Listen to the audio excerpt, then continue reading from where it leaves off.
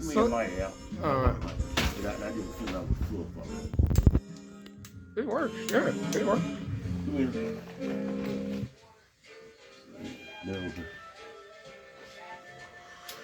But yeah, that's style.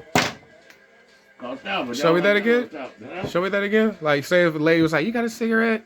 And how would you? Okay, she takes one. Boom. The first one I bought, and she goes, "You got a light?" It's right there. Oh. That's style. The first one I bought, I didn't even smoke, but I carried just to light lady cigarettes. I put cigarettes in them. Didn't even smoke. Mm-hmm. And just for the fact that they didn't like cigarettes. I remember you told me. I looked at people. See, I grew up with TV. I looked at people like James Bond, like all the other people that had style to them. See, James Bond got style. Yeah. That's what I love about Bond. Style. Finesse, the style. Yeah. You know, especially Sean Connery.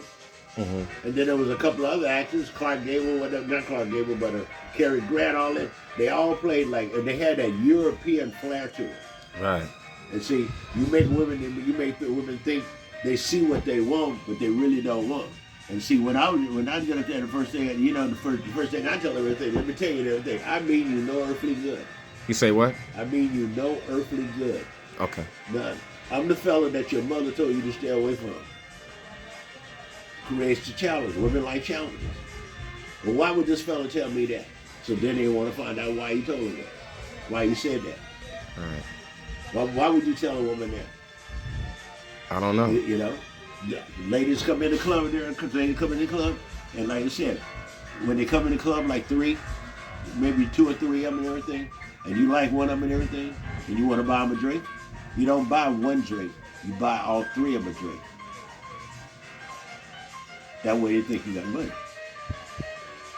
You buy one drink, anybody buy one drink, but you buy all of them a drink. That's style. Then the next thing they do with everything, they thank you, they tip your glasses and say thank you and everything. And next thing you know, one of them said, "Well, come over here." I said, "No, come over here," because I'm standing at the bar. I said, "You come over here." If I go over there, I'm in her. What do y'all call that? Proximity.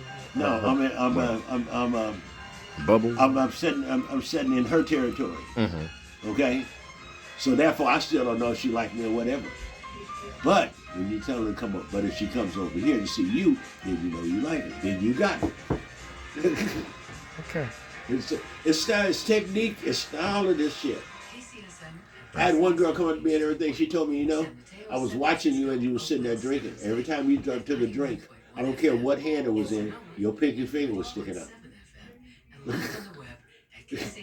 Style. Every time I picked a drink, it didn't matter what hand I picked it up with, they were sticking out. But I had something on my finger, sticking out. The motherfucker be sticking out, ain't shit on their hand.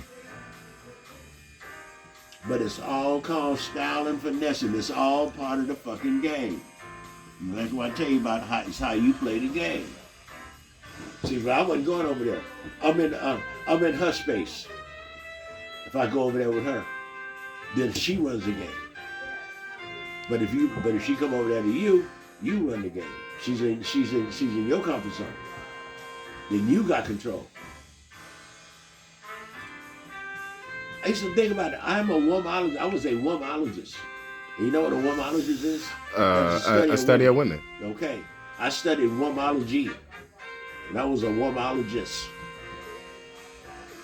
Because it's hard as hell to try to think ahead of them.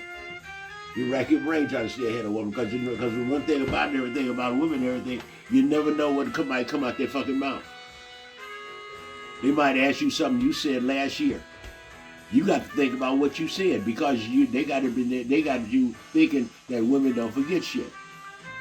Okay? Y'all think that women don't forget shit. So therefore, you got to rack your brain and wonder what the shit you said last year about this certain situation. Mm-hmm. And the thing about it is, and if you lied, it's even worse because you got to think of the lie you told. Right. You know? But you never know what to come out their mind. Women got warped minds. You never know what the shit may come out their mouth at any time. At all. Just like going to the strip club and you got a woman at home. You go to strip club. Strip club want to, they go over there. They want to come give you a lap dance and all that other bullshit. I ain't going home smelling like no woman and get accused of being with somebody and I ain't been with her. So why do it? Because you know they all wear a lot of perfume, and you smell like them. So when you go home, you gonna smell like them, and you ain't had no sex with them, but you gonna get accused of them. Rightfully so, because you smell like them. Smell like them. Damn. So why put yourself in that position where you gonna go home and have to listen to a whole bunch of bullshit?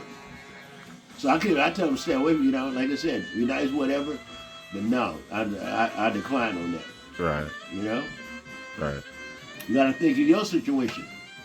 You got to think about what's going to happen after you do what you did. There's always consequences. So you got to think about what you do before you let her get all on you and rub all on you and lay her head all on your shoulder and that, and then you smell like her and go home and you ain't did nothing with her. Who gonna suffer from that? You are. Because you go home smelling like you've been with a woman. Right. So why put yourself in that position? It's always a good question to ask. No, you got to.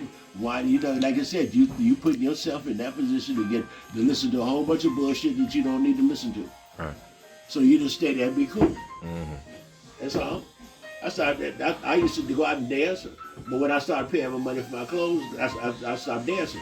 Because everybody would be out there dancing, when they come off the floor, they all sweaty and all that shit and everything. And I don't want, you can't be cool looking like that. Sweat running all off your head and all that shit. Clothes wet.